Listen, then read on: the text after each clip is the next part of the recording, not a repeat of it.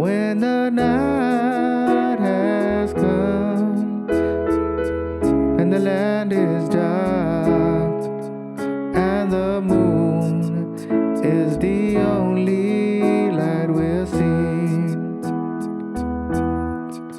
No, I won't be afraid. No, I won't be afraid. Just as long as you stand by me.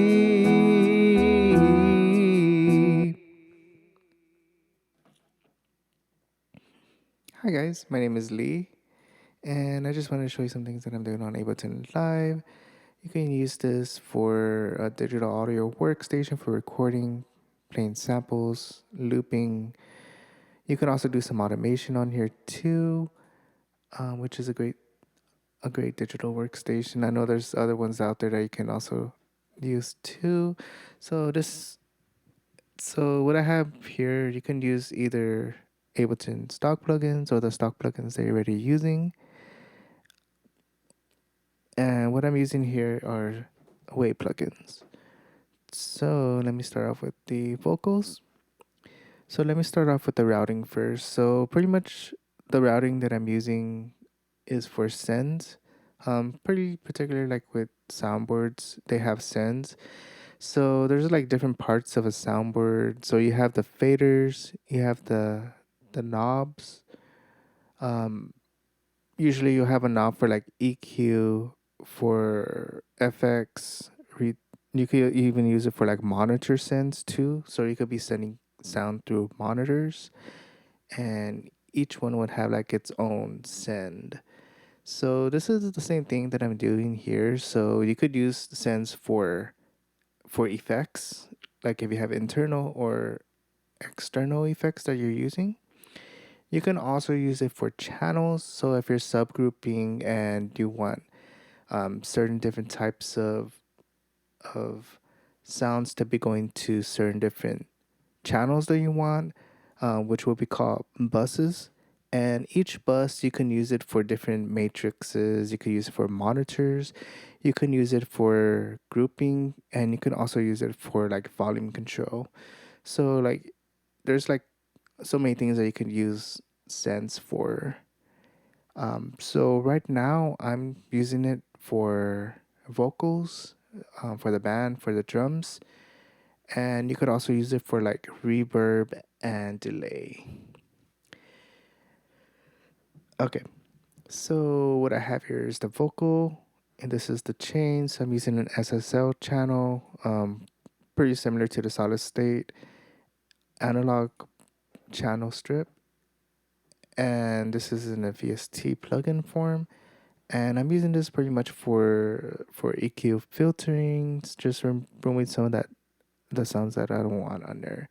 So I'm using this right here. This is like a low cut high pass filter. So pretty much what this is gonna do is gonna cut my low end. So anything like rumbling, microphone sounds, fans. Usually if you increase this, it will cut like the low part of your sound. You also have you also have a low shelf and a mid shelf and a high shelf. So you could use the low shelf for cutting like the proximity sounds that you would get from plosive sounds, and you would use like the high mid shelf for cutting like the nasaling sound that you don't want from your mix. And pretty much what I'm using the high shelf for is for like for that silky, that smooth top end airy sound.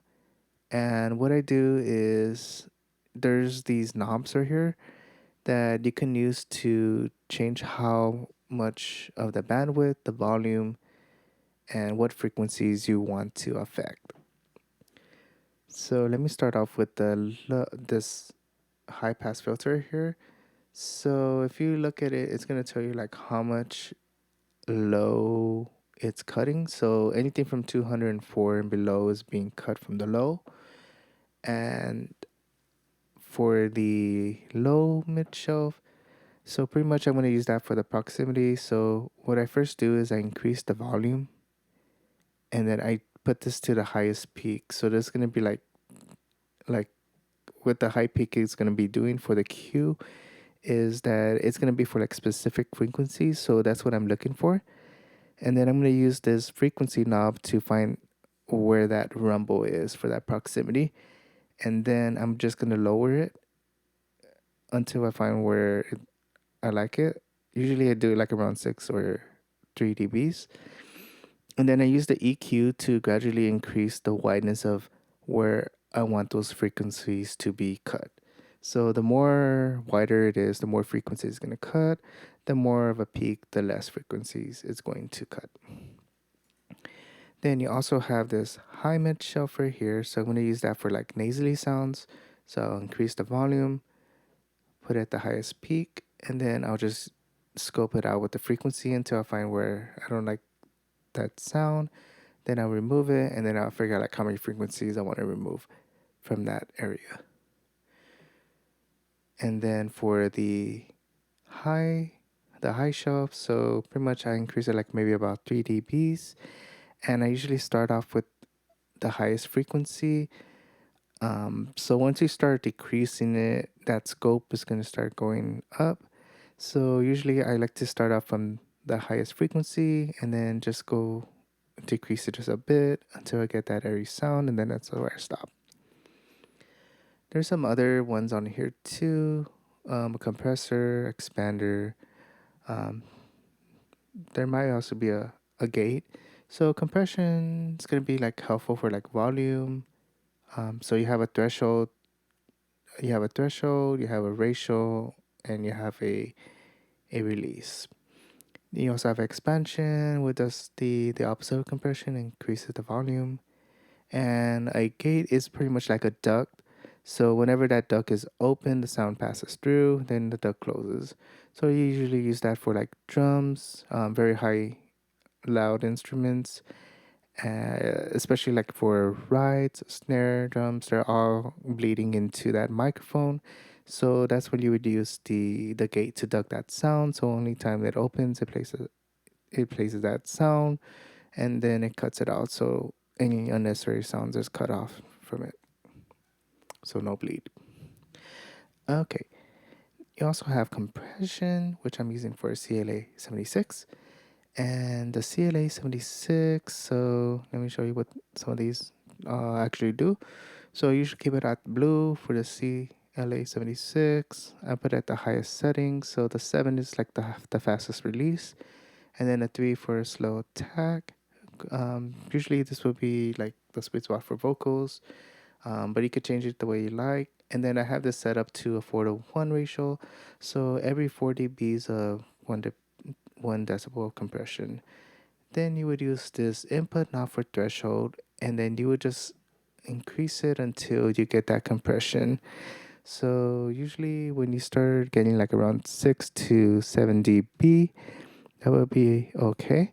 And then you would use this this output makeup gain knob to bring that back into the mix.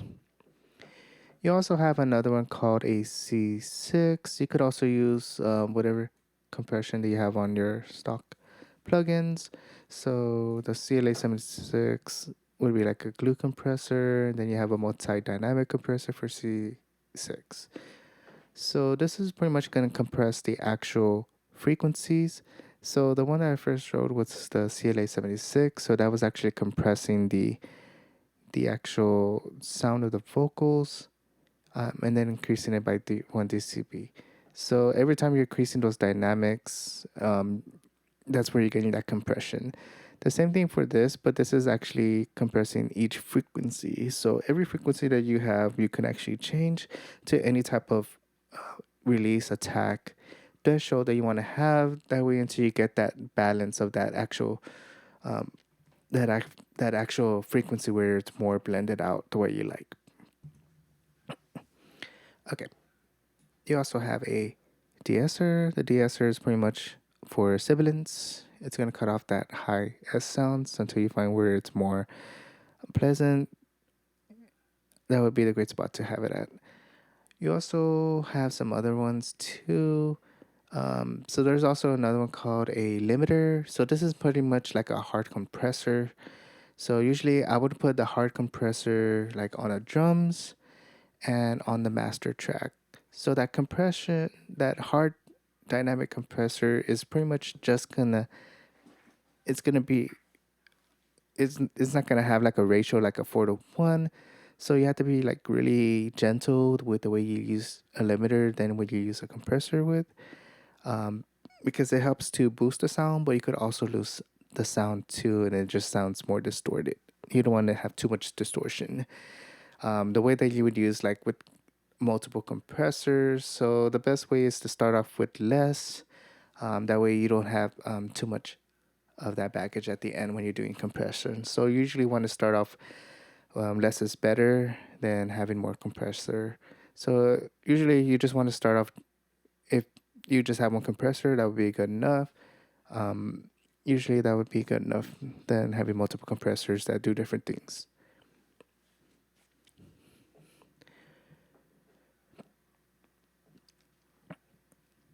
Okay, so the way that I have this routed here, you're actually going to see some of them that are green meters, so that's where the sound's coming from, and then you have some that are grayed out. That means that there's no sound going through them, through the master.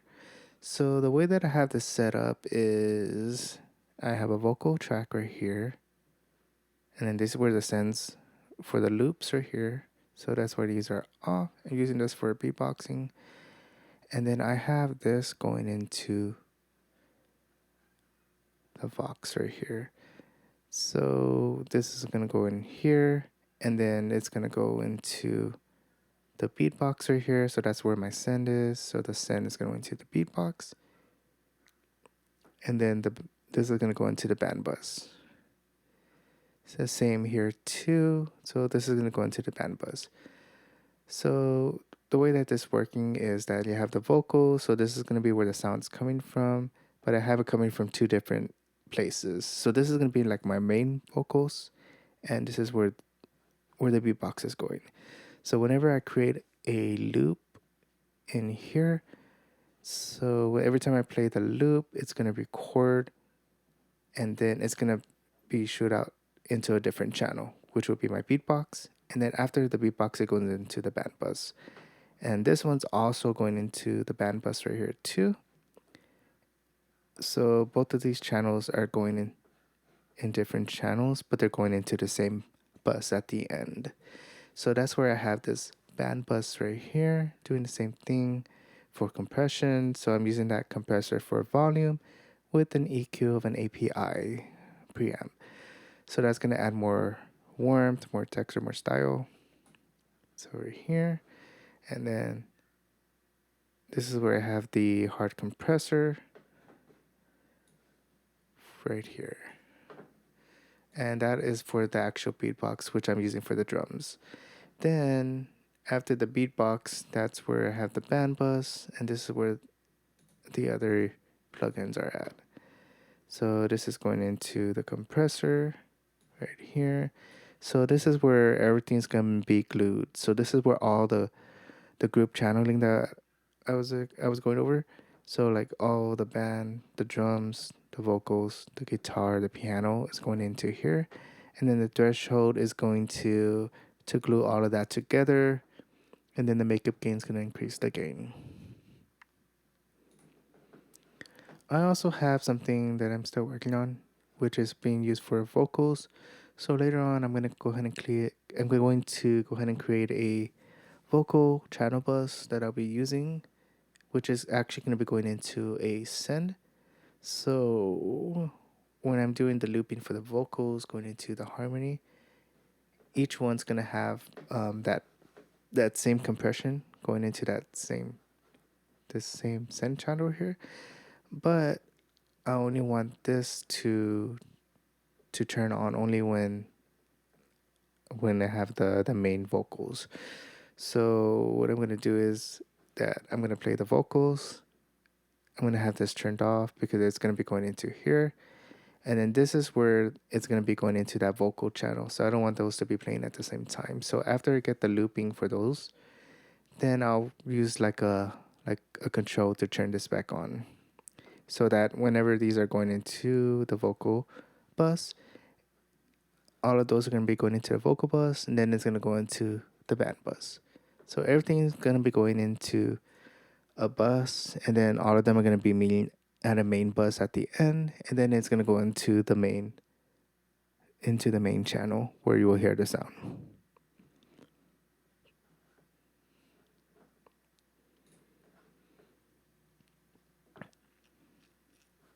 I also did the same thing for reverb too, so I put a filter only when certain frequencies to be coming off from it. Yeah, so the same thing for the reverb, delay. You don't want to have the rumble, so you would just use the filters for that too.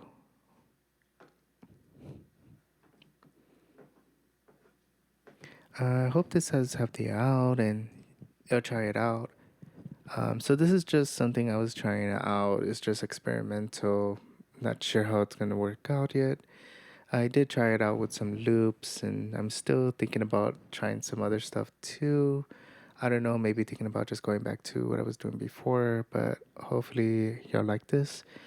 If you'd like to share this video, like this video, comment. Hope this has helped y'all out. Thank you for watching.